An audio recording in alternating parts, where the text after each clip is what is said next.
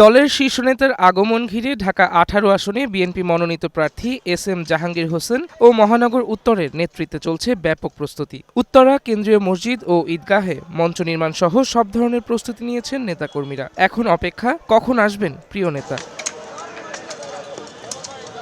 দলীয় প্রধানের এই কর্মসূচির মাধ্যমে উত্তরা এলাকায় নির্বাচনী প্রচারণার গতি বাড়বে এবং সাধারণ মানুষের মাঝে দলের বার্তা আরও জোরালোভাবে পৌঁছাবে বলে মনে করেন তারা। আমাদের এখানে তারেক রহমান আসবেন এবং জাতির উদ্দেশ্যে বক্তব্য দিক নির্দেশনামূলক বক্তব্য রাখবেন। আপনি দেখতে পারতেছেন এখনই মাঠ কানায় কানায় পূর্ণ হয়ে গেছে। তো আমাদের মধ্যে আনন্দ উচ্ছ্বাস এটা আমরা ভাষায় প্রকাশ করতে পারবো না। ঢাকা ১৮ আসনে বিএনপি মনোনীত প্রার্থী জাহাঙ্গীর হোসেন বললেন, বর্তমানে দলের রাজনীতির উদ্দেশ্য একটাই, মানুষের নিরাপত্তা এবং দেশের উন্নয়ন নিশ্চিত করা।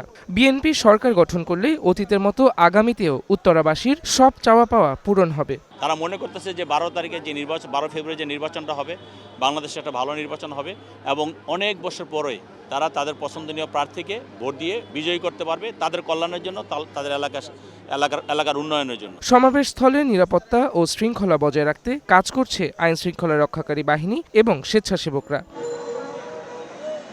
Sadman Hossain, green news, Dhaka.